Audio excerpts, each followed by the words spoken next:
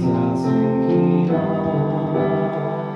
Despre crucea sa, despre vina mea, despre cum Iisus a venit să se nască, iar noi să fim născuți din nou, despre a Lui mormânt care s-a deschis, ca noi să primim viață nouă în dar, despre crucea sa.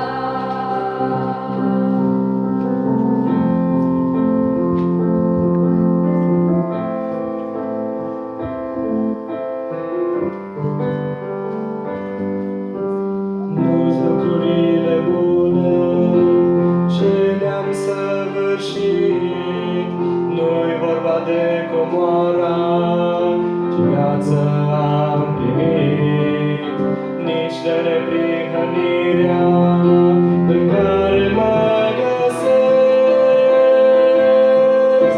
E totul despre al lui sânge ce mi-a dat plăcere. Crucea sa, despre vina mea, despre cum Iisus a venit să se nască, iar noi să fim născuți din nou, despre a Lui mormânt care s-a deschis, ca noi să primim viață nouă în dar, despre crucea sa. Începutul acestei taine e frumos și minunat, dar serbăm fiindcă jertfa de la moarte ne-a scăpat.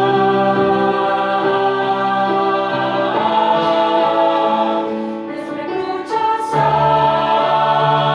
despre vina mea, despre cum Iisus a venit să se nască, iar noi să fim născuți din nou, fiind de Dumnezeu, mironit pe lemn, despre sânge scurs când de fapt